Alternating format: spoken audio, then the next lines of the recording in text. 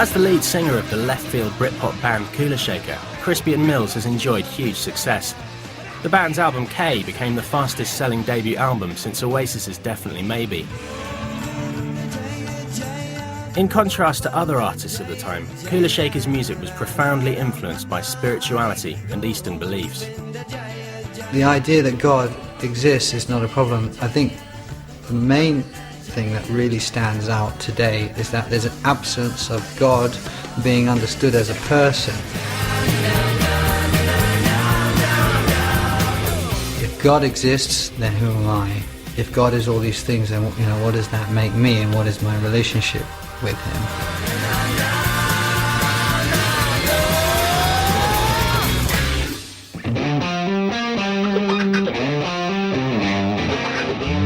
All I ever wanted to do was to be in a band.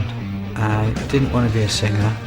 I didn't want to write songs. All I wanted to do was be the guitarist in a band. I paint a picture in your mind. If you're driving road to suicide, I know you can't sympathize. Kula Shaker were heavily influenced by the 1960s psychedelic music scene. In 1996, they paid homage to the late rock hero Jerry Garcia in their single Grateful When You're Dead.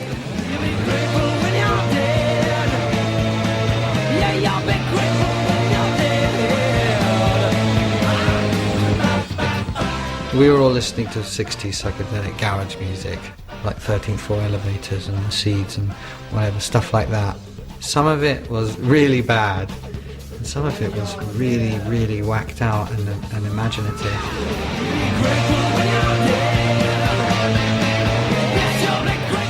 Spiritual freedom and creativity of the 1960s inspired Kula Shaker to take a more meaningful path. The moments where you felt that you'd done something creative that was difficult to do, that you really had expressed what you were about, expressed the things that inspired you, and made a kind of a statement, a mission statement for yourself, and that felt really good.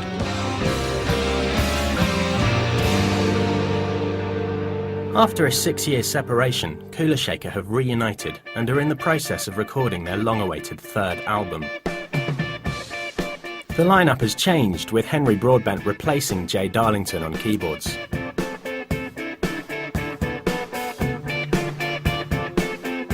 It was the death of a close friend that inspired Crispian to write Out on the Highway.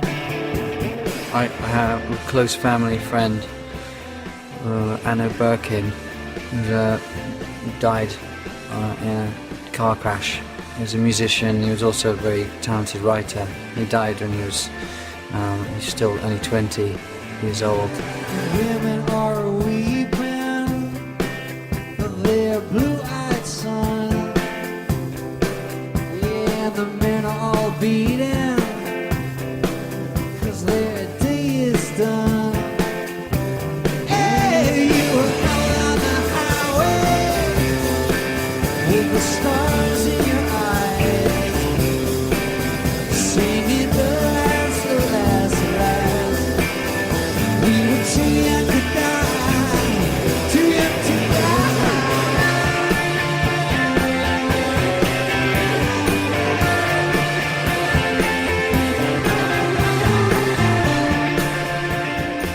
It's a strange thing that when he died so young, it really it kind of brought out who he was. It highlighted a lot about his character and about his writing. There was a lot of tragedy in his words. He's a very lovely, sweet and lovely guy, definitely. Real poet, proper teenage poet. Hey, you were out on the highway with the stars in your eyes, saying alas, alas, alas. We were too young to die, too young.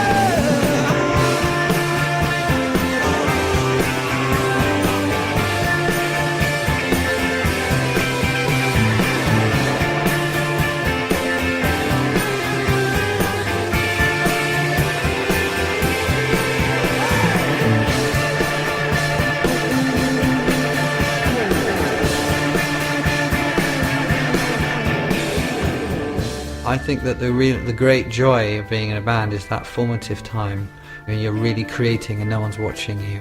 And it's kind of where I'm at now as well. No one's really watching us, so we are just doing our own thing, and it's really very fulfilling and exciting.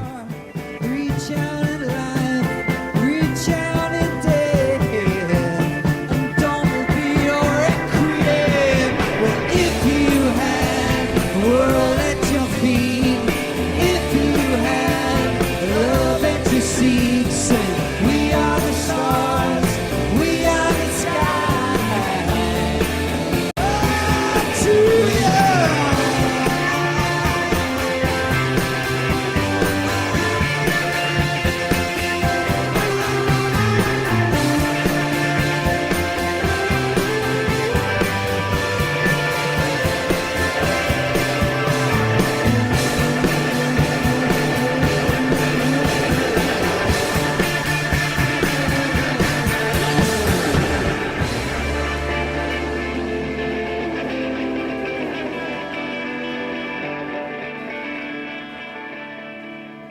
Crispian is a member of one of Britain's most famous film dynasties, the Mills family. He was born in 1973 to actress Hayley Mills and film director Roy Bolting. Crispian was raised in a seriously thespian atmosphere. His grandfather was Oscar-winning actor Sir John Mills. My mum would go off and work for long periods of time. But then the perks, obviously, you know, your mum does come back, and then you do get to meet people like Bill Bixby, who played the Hulk, and I met Nicholas Hammond, who played Spider-Man, and I met Harrison Ford in costume, playing it when he did Indiana Jones. Pretty big moments. It was a very normal house in many ways. You know, everybody sort of loved each other in a pretty dysfunctional way. My mum and dad split up, and you know, they couldn't work out their relationship. So I think the problem is that as a kid, you know, when you don't have a good relationship with your parents, and you don't have the full set, you can't really look at them as a kid and say, oh well, they've messed up, haven't they? You know, it has to be the kid's fault. So I think I carried that around with me for a long time. Crispian was just 2 when his father left home. My father, I didn't really get back in touch with him until I was about 16, and then it takes a long time. You know, if you've lost a parent, you can't just sort of call up and say, hi Dad, you know, and suddenly you're just your son and he's Dad. You know, it's like a whole complicated relationship to work out, and it took me years to kind of get to a place where I sort of felt comfortable with him. Crispian's grandparents played an important role in his childhood, as his mother was often forced to be away for long periods whilst filming. My grandfather was a big influence on me. You know, how can you not be, really? I mean, your grandparents, they fill in a lot more than one might normally think. When you look back, you realise that they were there and they were constant. Even though Crispian received emotional support from his grandparents, he sought stability in schooling. I actually asked to go to boarding school because I wasn't really happy at home. Things weren't working out. So I actually said, you know, do you mind if you send me off to boarding school? It was a kind of a reverse to the way it usually is. And the first school I went to was very good. They encouraged me to get into, you know, music and, you know, all kinds of creative things. It was at school that Crispian discovered his passion for music. Literally, I heard, you really got me playing very, very loud in somebody's room. And I was about 12, and I remember walking into the room, and the room was just, the lights were very bright in the room, and I walked in, and it was almost like I was entering a holy temple. and this music, I don't know, it was just one of those moments where it grabs you. You know, I became very obnoxious and just antisocial, and I think for about at least 2 years, between maybe 12, 13 to 14, 15, all I did was practice on my own, you know, in a corner listening to loads of records. Any kind of music with a guitar, a good guitar on it, I would listen and try and learn what I could from it. I was pretty reclusive. As a result of the privileged lifestyle the Mills family enjoyed, Crispian's mum felt the need to explore a more spiritual path. My mum had her whole life she had a kind of a guilt, or she wasn't comfortable with the fact that she had been given so much very young. It just didn't sit right with her. She, was friends with some Krishna devotees, and they really helped her in many ways. And I think when she understood the basic principles of karma and stuff happening from life to life, and you reap as you sow, and sometimes things are just waiting to happen to you in this life that maybe had the seeds were sown long time ago. There's ideas like that. I think it connected with her and made a lot of sense. And vegetarianism, being compassionate, living a night, just being conscious, When my mum started going all kind of spiritual on me and, cooking only vegetarian food, I was not happy about it at all. And I was really upset about it, and I didn't want my mum to change. I certainly didn't want my cooking to have to change. And then I remember thinking how stuck in my ways I was, and I met this very, very beautiful girl, and she was a baby, 12, and I was 11, and she looked me in the eyes and said, "God, I don't know how people can eat meat." And I said, "I know, how can they do it?"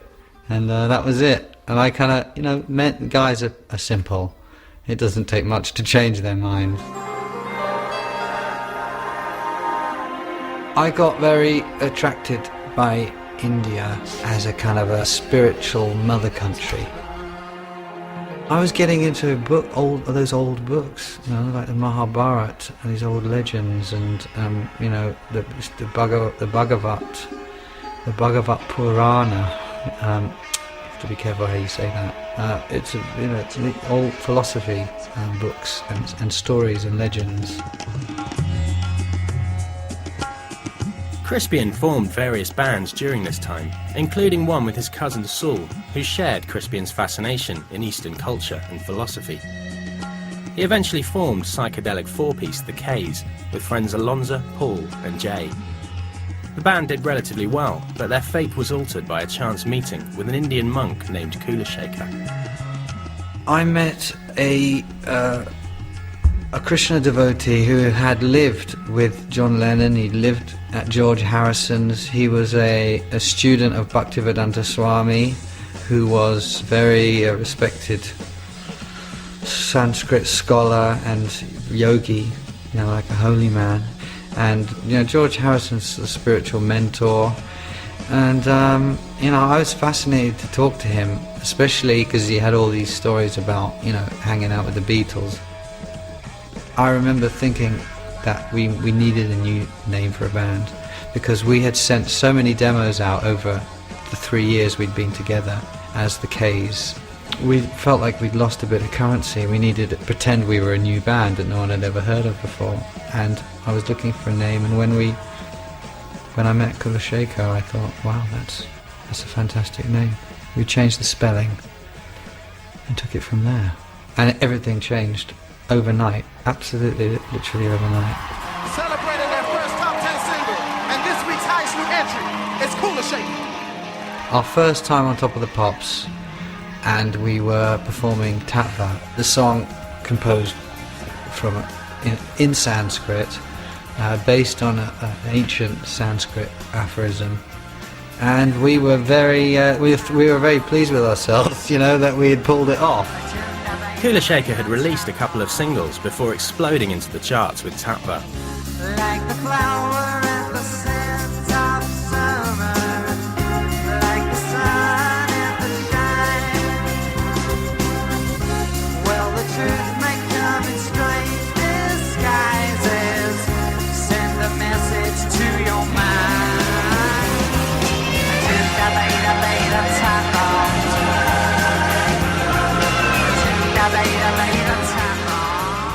The Spice Girls were there, singing about two become one, great moment in pop history. And then there was us, you know, singing about the inconceivable simultaneous difference and non-difference of reality. I was like, put that in your pipe and smoke it. Have some of that, kids. It was a good moment. It was very fulfilling. Well, the truth may come in strange disguises. Send the message through your TV screen. Coming up, Kula Shaker braved the media reaction and released the single that would define their spiritual journey. Tattva had propelled Kula Shaker into the mainstream, reaching number 4 in the charts, and the group were hailed as the world's most exciting band. But Crispian was not your typical rock star. By the age of 23, he'd married long-term girlfriend Jo Branford. I got married in India before the band even released our first single, you know. And she's kind of been along for the whole ride right from the beginning. I mean, when we were all living in these ridiculous houses as the K's, she was living with us depending on whether she liked the house or not. But she was working as a model full time. She was making money. We were claiming doll. All that is all I need, and I'm full up and I'm full greedy. I was young going to the sky, come to me, told me love the honey out there. He said honey, gold, jewels, money, winning wine, called it shine. I don't know what he was talking about, but I think I had an idea. He said smell the rose, the sweet, sweet rose, catch the sun, find where it grows. Smell the rose, the sweet, sweet rose that grows from castle walls in heaven. In heaven, yeah. Well, if it feels like summer, you're catching the sun. I'm catching the moment you fall. Well, if it tastes like honey, don't swallow it all. Don't wait for the moment to come. Maybe catch the sun. Hey, dude, don't lean on me, man, 'cause I'm losing my direction. I can't understand. No, hey, dude, well, I do what I can, but you treat me like a woman, and I feel like a man. Despite popular success, reviews weren't always favourable, and the media began to focus on Crispian's privileged upbringing. The press, you know, they try and pigeonhole you really, and I think Posh was a good angle for them because Oasis were so-called, you know, salt of the earth. One thing you shouldn't do in Britain is step outside of the confines of your class. We have a really messed up mentality perpetuated by the media that, you know, you have to act in the way that that class dictates to you.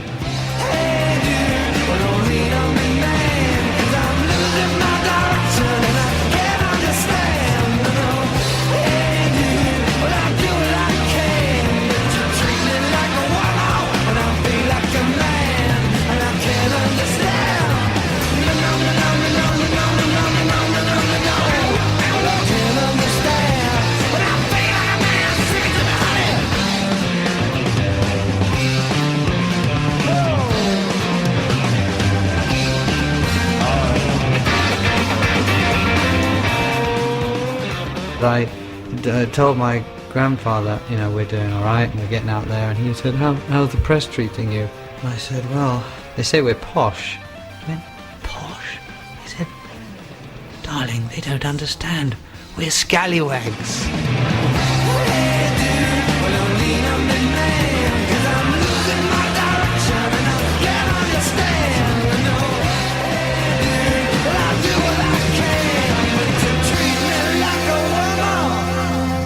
When I feel like a man.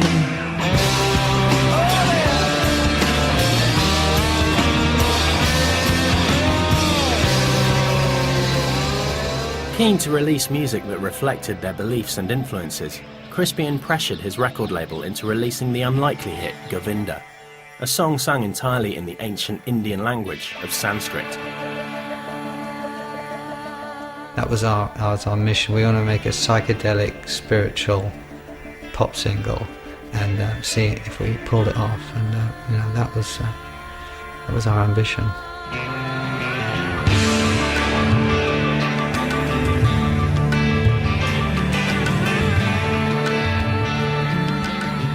Govinda is a very powerful, holy mantra.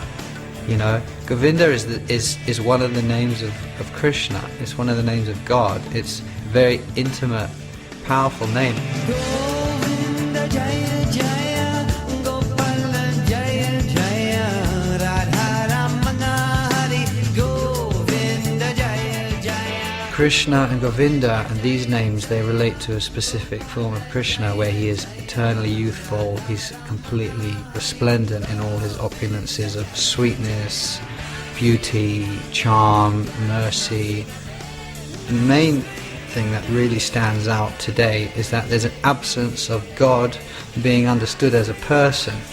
The idea that God could have a personality is somehow just kind of been taken out of the mix. If we're people, if we're individuals and we have personalities, then why the hell shouldn't the source where this all came from also have a personality? If God is the sum of all things, then if he's lacking in a personality, then he's not God. Jaya Jaya, Gopala Jaya Jaya, Radha Ramana Hari. Kula Shaker weren't the first Western artist to record Govinda. The holy mantra had already been recorded by one of the band's heroes. Jordan was not the biggest influence on me as a musician, but he became the biggest influence on me as a creative person, and certainly on Kula Shaker. He's our patron saint. He wasn't just a musician, he put himself completely into what he stood for, into his music. And he had come out of the 60s with he had unashamedly and with a very brave spirit, he'd kind of held up a flag and said, well, I'm going to go this direction, I'm going to take the spiritual route. George Harrison and Ravi Shankar together kind of became the ambassadors of Indian culture to the rest of the world. George especially as a kind of a spiritual ambassador, and Ravi as the sort of creative, artistic ambassador. Kula Shaker still feel that they are on a mystical journey, which they continue to explore in their new material. You never want to force it, you never want to calculate it, say, oh, now we're going to do the Indian number, Kula Shaker, where's their Indian number, and kind of go approach it that way. If you really get into Indian music, it will affect you, everything you do. So even if you're playing a different style, there's experiences that you've had listening to music that will stay with you. You can hypnotize me with a glance. You're the thief to steal away my heart. I wish I could trust you, but your crooked smile dances on a serpent for your lover's eyes. Be merciful to me, I'm so long waiting. Be merciful to me, 'cause you are all I know. Be merciful, it's about love, but it's the idea that actually love's quite a scary thing, really. If you're prepared to love or be loved, you have to have some kind of trust, and you have to have some belief that there is that quality and mercy in that person or that thing that you're seeking. Dances on a serpent for your lover's eyes. Be merciful to me, 'cause I'm so long waiting. Be merciful to me, 'cause you are all I know. I do like it when there's more than one level of meaning on a song, and George Harrison often did that. I mean, if he sang a love song, there was usually another type of love or spiritual love.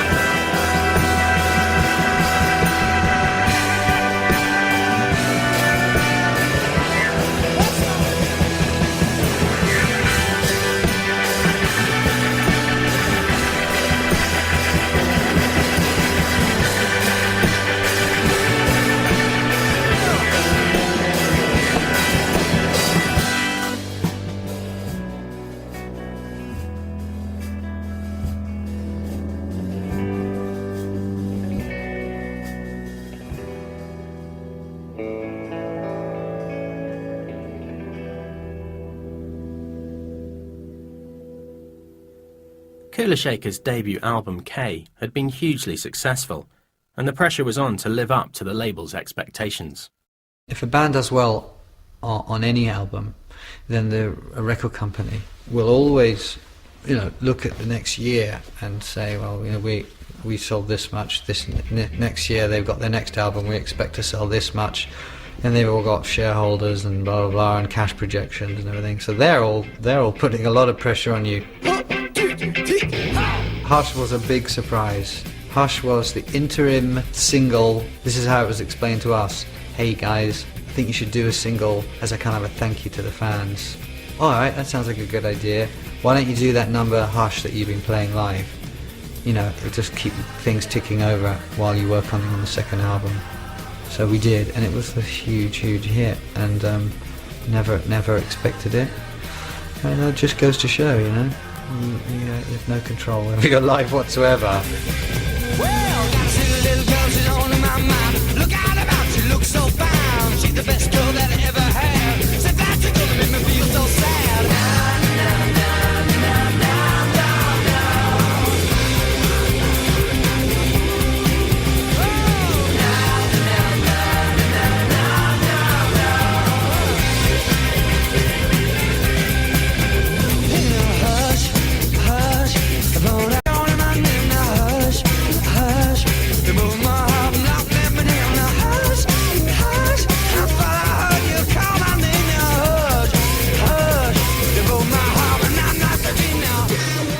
Originally written by Joe South, Hush had previously been a hit for Deep Purple in 1968. Richie Blackmore was the guitarist in Deep Purple, and I was obsessed with Richie Blackmore when I was about 13, 14.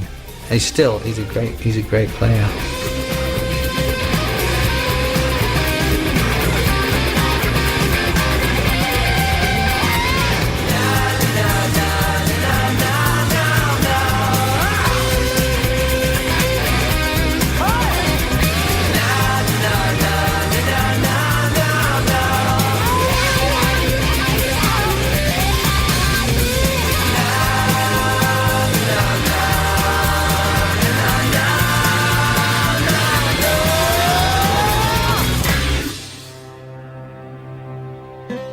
India has always been a source of inspiration for Crispian.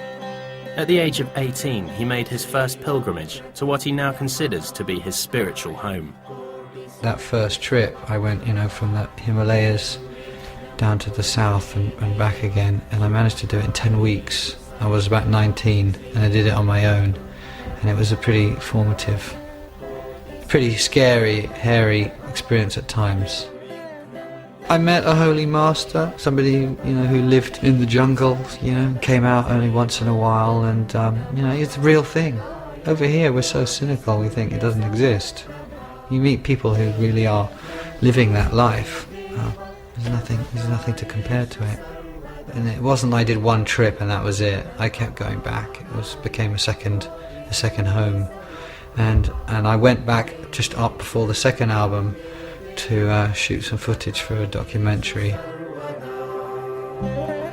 There's a lot of evidence to show that it's one of the most ancient civilizations on the planet, and we in our schools we go on a lot about Egypt, and Egypt, but that was where it all started, and blah blah blah. And, I mean, they always, for some reason, they always miss out India. I think it's something to do with the fact that we were the colonial empire there, and when the British go anywhere, like any empire, they say you were all a bunch of savages till we turned up.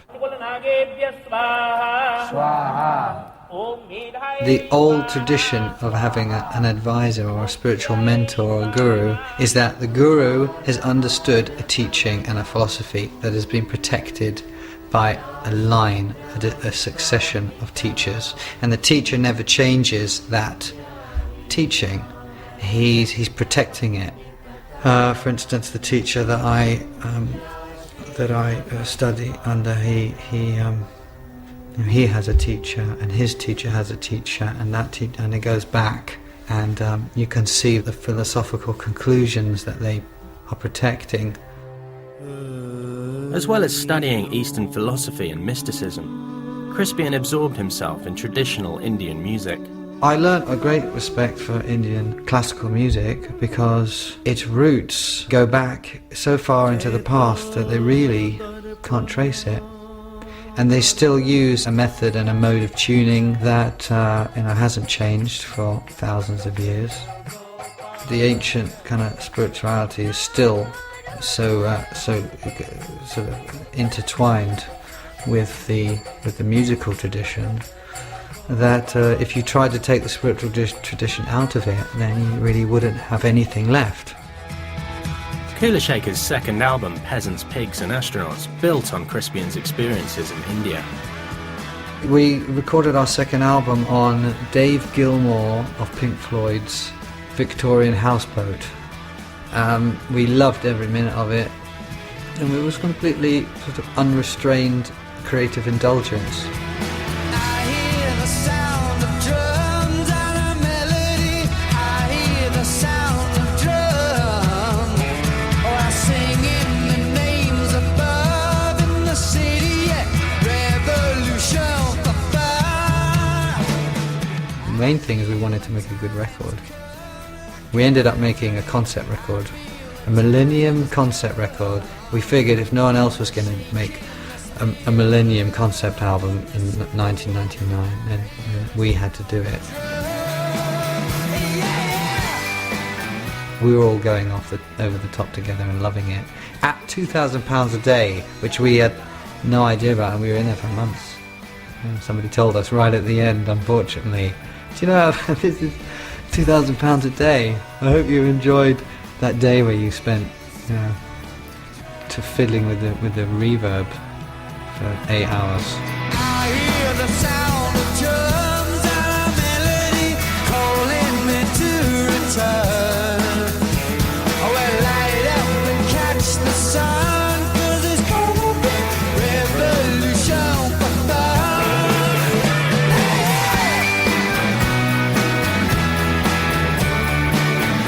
Can you feel the love for me?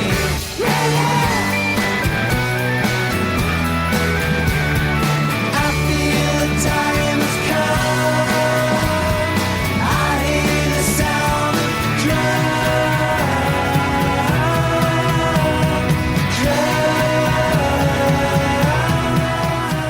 We went completely against the grain, and I think the people who bought the records they liked that.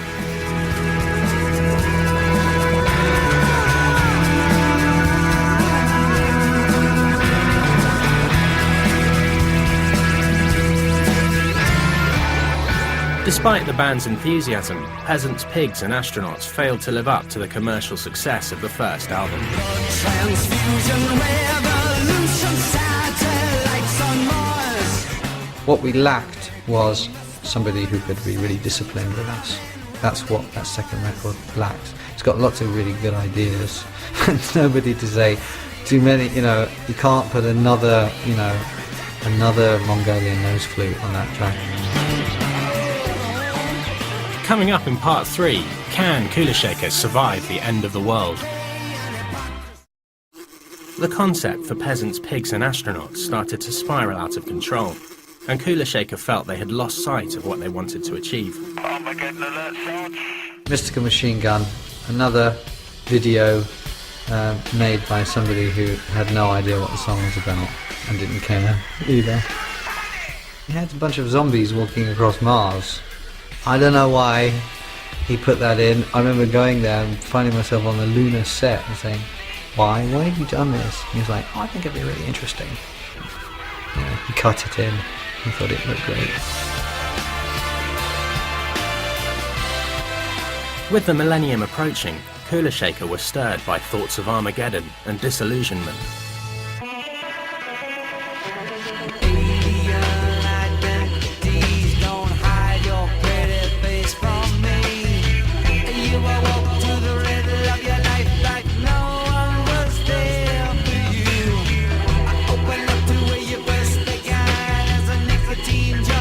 Singing for a toy cam. All you gotta see how far you come. You're a wizard in a machine gun.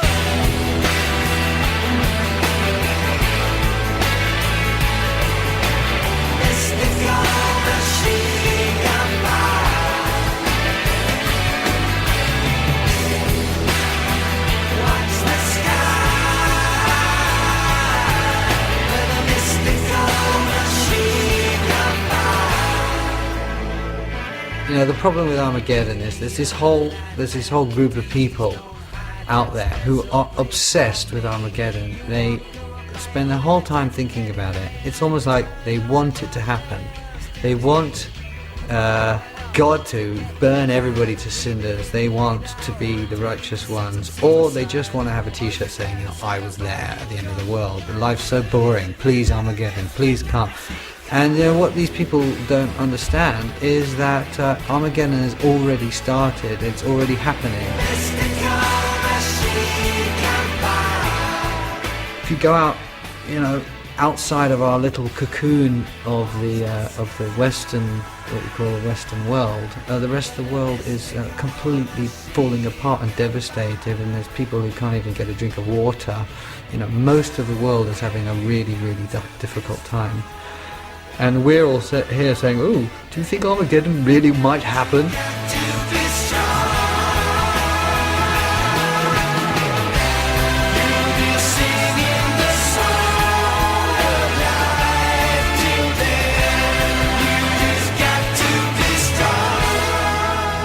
Mystical Machine Gun, I especially liked the sort of mad voice that comes in at the end. It says, you know, everybody stay calm, don't panic, it's just the end of the world. It'll be alright as long as we all keep chanting. I think that was really, I'm glad that was released. That was very, we did that on TFI.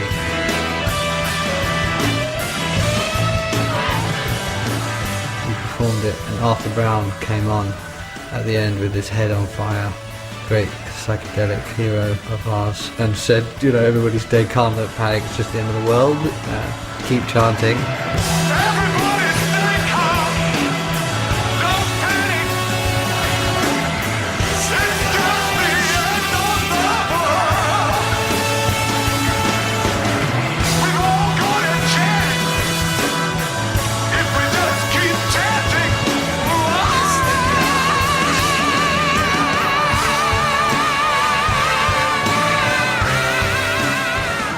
There are moments like that where you go on TV and you have real fun. Make it worthwhile.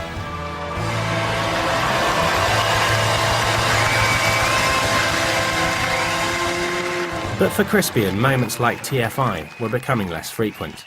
The spirit of the band seemed to be dwindling, and in 1999, Crispian made the decision to end Kula Shaker. I mean, a band splits up for lots of reasons, but the main one for me was that, you know, just lost the spirit. The spirit of the band had gone, and the pressure around us, very mundane pressures associated with business, really. You know, they just kind of ruined everything, really. And I said I'd rather do nothing than carry on with this kind of mood, you know. And it was a pretty drastic step to take, but I'm glad I took it. It wasn't necessarily pleasant, and it certainly wasn't a good career move. But you know, that's not as important as, you know, being true to yourself. During his 6 years apart from Kula Shaker, Crispian pursued solo projects. In 2005, Alonso and Crispian reunited to record a song for a charity album.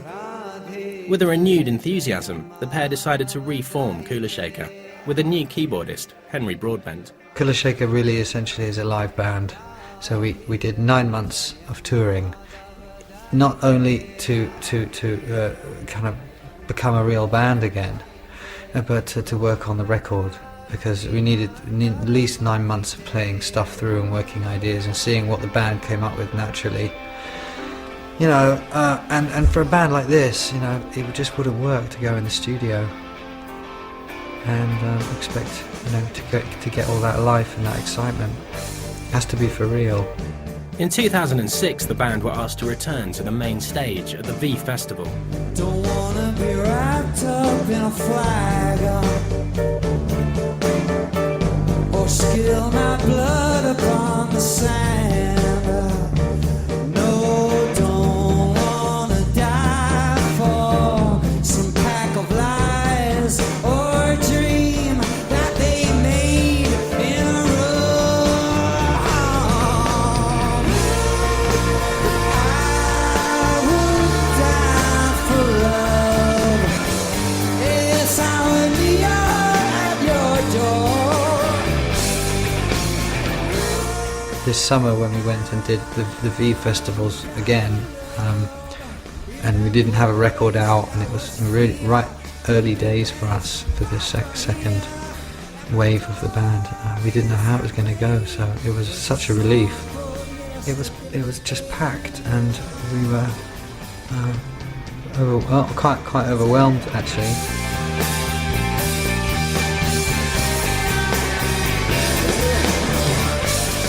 The new stuff went down very well.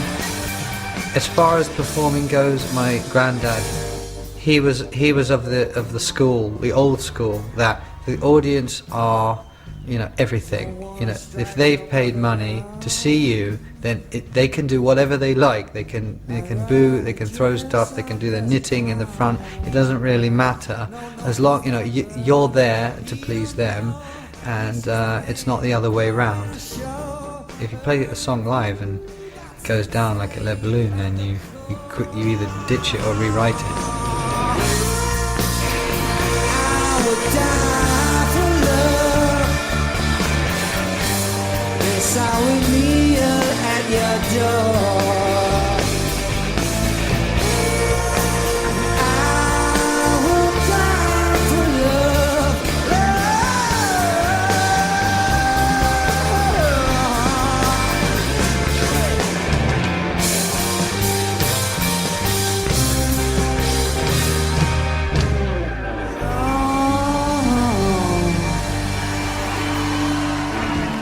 Although most of the songs have been written, the band are yet to name their third album. It's the album that really we started making in 1999, and it's taken us 5 years really to make. It's there's ideas on this record that have been germinating for a long time, and so we see it more as a continuation. One of the first songs we started working on, actually writing for this new batch, was Dictator of the Free World.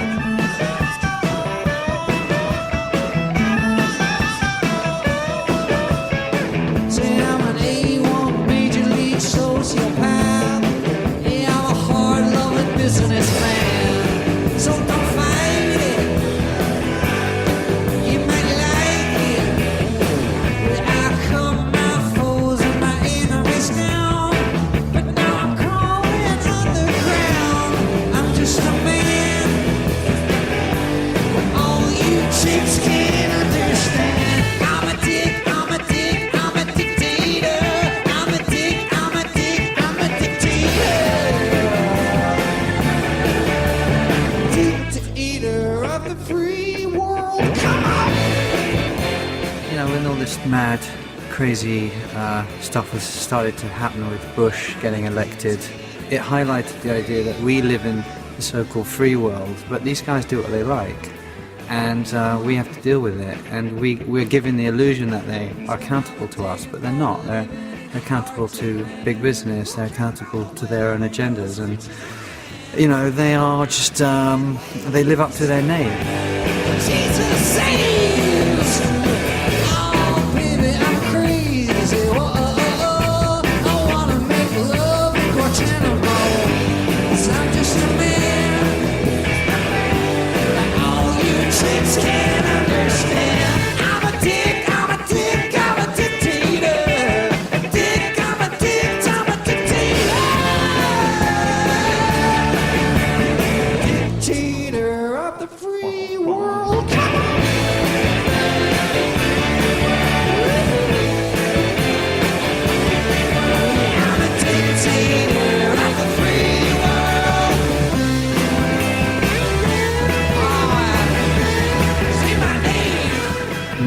business has changed so much now. A band's identity and a band's lifespan is really ultimately going to be forged in the live area.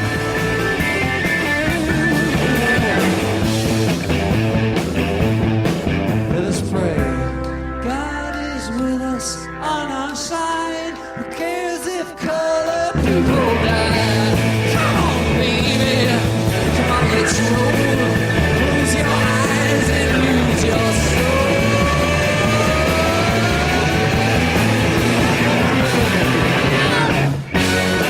Obviously you have to be making good new music, otherwise you're just on a constant lap of honour. But bands are going to survive if they can create a happening live. People will keep coming and seeing them.